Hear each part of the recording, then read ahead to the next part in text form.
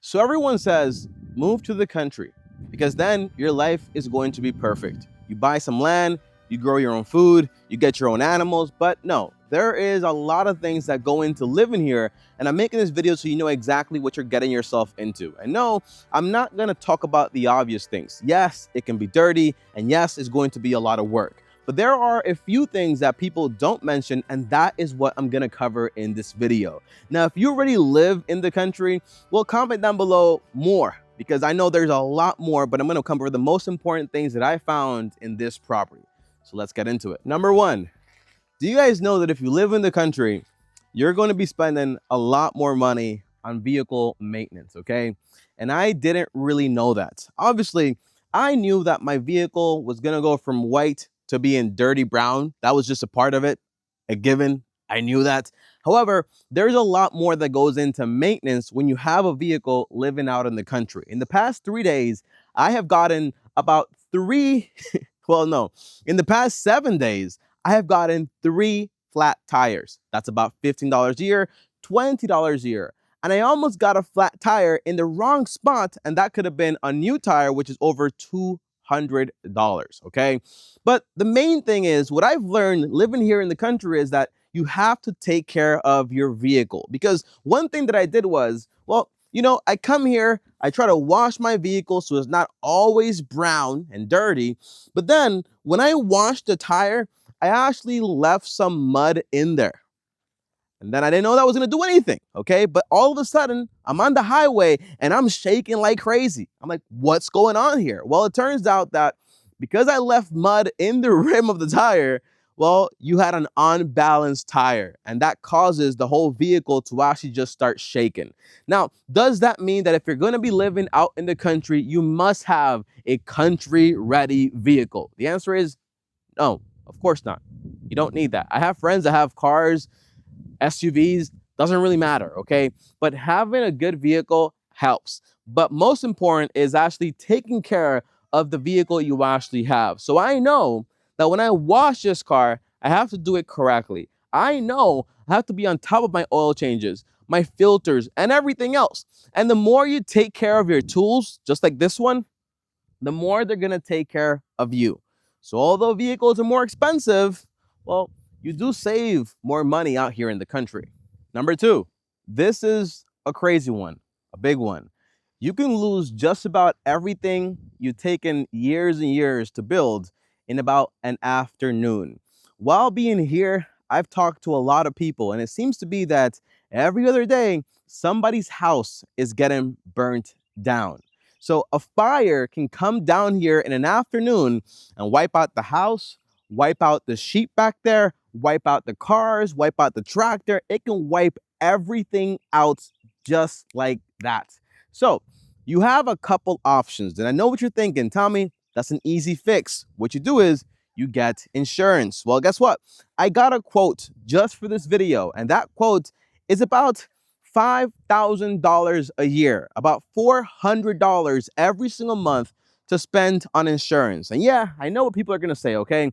You pay $400 a month, you have all your stuff covered, then that's fine. It sounds like a very good deal. However, for people that live in the country and you don't want to get insurance, because I do know a few people, a lot of people that don't want to do insurance, well, what would happen if you took those $5,000 that you would have spent on insurance, well, $5,000 to $7,000, and you invested it, for example, in a tin roof, which I basically need, in a sprinkler system. So that way, if there's a fire, your roof isn't going to catch on fire, in fire hydrants around your property, or just basically those little well things you put on, so that way you can have a water source to put down the fire, or doing a trench, a gravel trench, or a fire line. That way, if something were to happen, you are a lot more protected. There are things you can do to mitigate a wildfire. What you don't want to do is, if you don't want insurance, that's fine.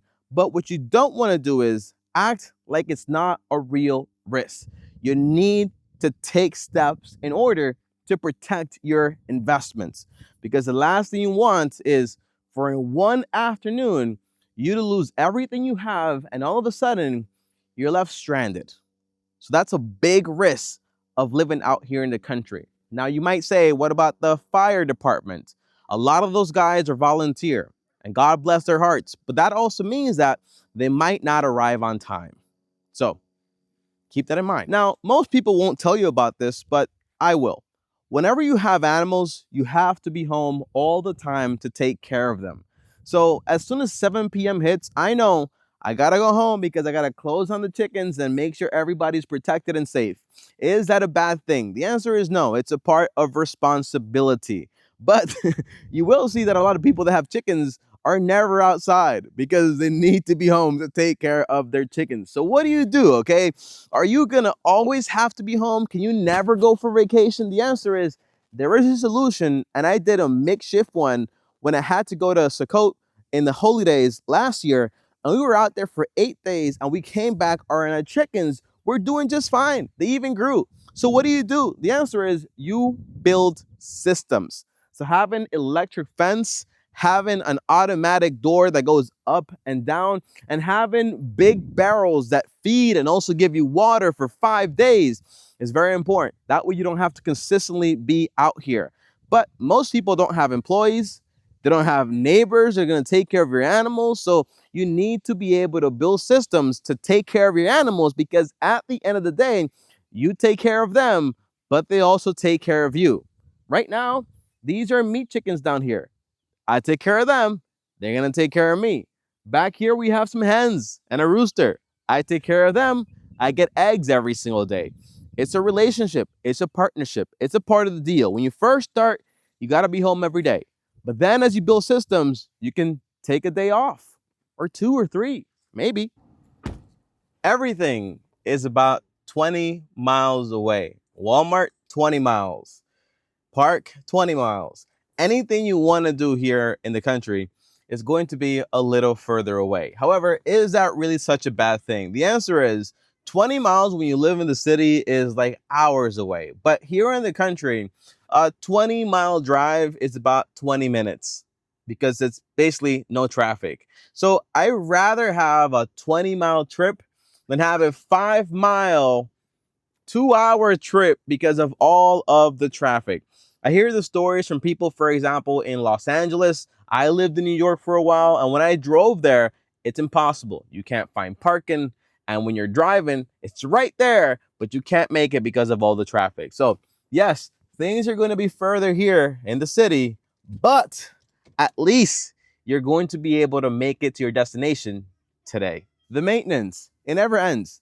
There's always a new project. There's always something to fix. Something is almost breaking. You always need to stay on top of things. And the big thing I've learned here is that if you're not on top of the maintenance, a small problem can turn into a big problem.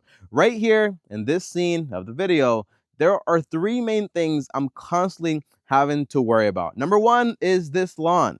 This lawn, it's not like this. You need to keep it mowed down. Number 2 is right here, my gutters. The fascia board, which I didn't even know what a fascia board was, is rotten. So I need to take this whole thing off, and then I need to put it back on. And you might say just hire someone, but if you hire someone for this job, guess what that's going to cost you? A lot of money. And then over there, I have my screen for the door that slides back and forth. That's also broken. I need to fix that too. Now, am I complaining about these things? The answer is no. I just recognize these are things that need to be done. And when you're working in a house, specifically your own house, you're always going to have things to fix, or you're always going to be neglecting something because there's always something to do. And the maintenance never ends. But I'd rather do this than work a 60 to 40-hour week job every single day, or every single week, I guess, and then having to do all that just to have somebody else do this stuff, because this stuff isn't every day. It's just something you have to do every other day. So it's not really that bad. Once I fix it, it'll be fixed for a long time, right? I hope so. Now, this is one of the worst things ever, and it's that animals, they don't live forever. Plants don't live forever. And there's always something around trying to get your animals for food.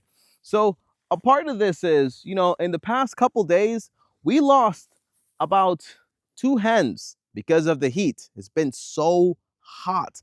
We lost 2 turkeys. We lost a whole bunch of our chicks that we actually had for meat. I would say we probably lost about 5. So we only have about 39 like meat birds total. And that's just a part of being out here. Oh, we also lost 2 rabbits. So part of you living out in the country, you're going to have to get acquainted with things not being alive. And you have to get used to it because that's just the way things are. Now, that doesn't mean you get lazy. You have to build systems so you can take care of your animals and so they can take care of you as long as possible. I'm not saying that, well, we raise these animals and we're going to put them in our freezers, but we still care, okay? We want to give them the best life possible while they're out here, and we don't want them to suffer unnecessarily. So, if you want to live in the country, you're going to have to get used to things no longer being alive. That's just a part of it. Now, I'm going to talk to you guys about something that I haven't really seen anyone talk about, and it's that when you live out in the country, you're just another animal. And here's what I mean, okay? There are ticks, there are fleas, there are sugars, there are a whole bunch of bugs that I've never in my life heard about, ever. Now, I come from New York City, so I know what bed bugs were because there was one time where we actually sent my clothes to be watched at a neighbor's house and it came back with bugs that I didn't really want. However, here though, when you're outside, you have to be watching out for ticks, fleas, and sugars. You ever heard about sugars? That's what happens when you keep your grass too tall and those little bugs that come onto your legs and then they bite the heck out of you while you sleep and you wake up with a whole bunch of red marks. So is that really a bad thing? Well, I actually had a friend. He tried to tell me, don't buy a property because you're going to have bugs down there. And I told him, yeah, I mean, that's kind of how it works living out of the country. So what do you do about it? Well, you keep your grass mowed down. You kind of get used to the feeling of when a bug is crawling on top of you and you just get used to it, honestly. It's not really the end of the world. But bed bugs, though, I never want to see that again. I saw that in New York, and that was enough for me. The last thing I'll talk about is money. When you live out in the country, everything is more expensive. You need a plumber, more money. Why? You live in the country. You need a mechanic, more money. Why? You live in the country. You need pretty much everything, anything. It's usually going to be a bit more expensive. Now, that means you have 2 options, okay? You either make a lot of money to pay for those things or you learn how to do things. And usually, you don't have to spend a lot of money on things if you just kind of keep up with the maintenance, and then you should be pretty fine. That's what I've kind of learned. And it's a lot better when you learn how to do things because that way you're not dependent on someone to do it for you. So that's something that I've learned, and I've learned to appreciate it while living out here in the country.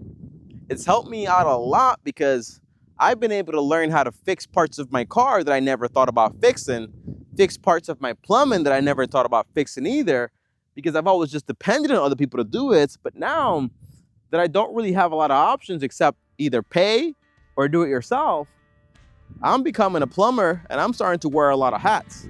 And I think I'm starting to like it.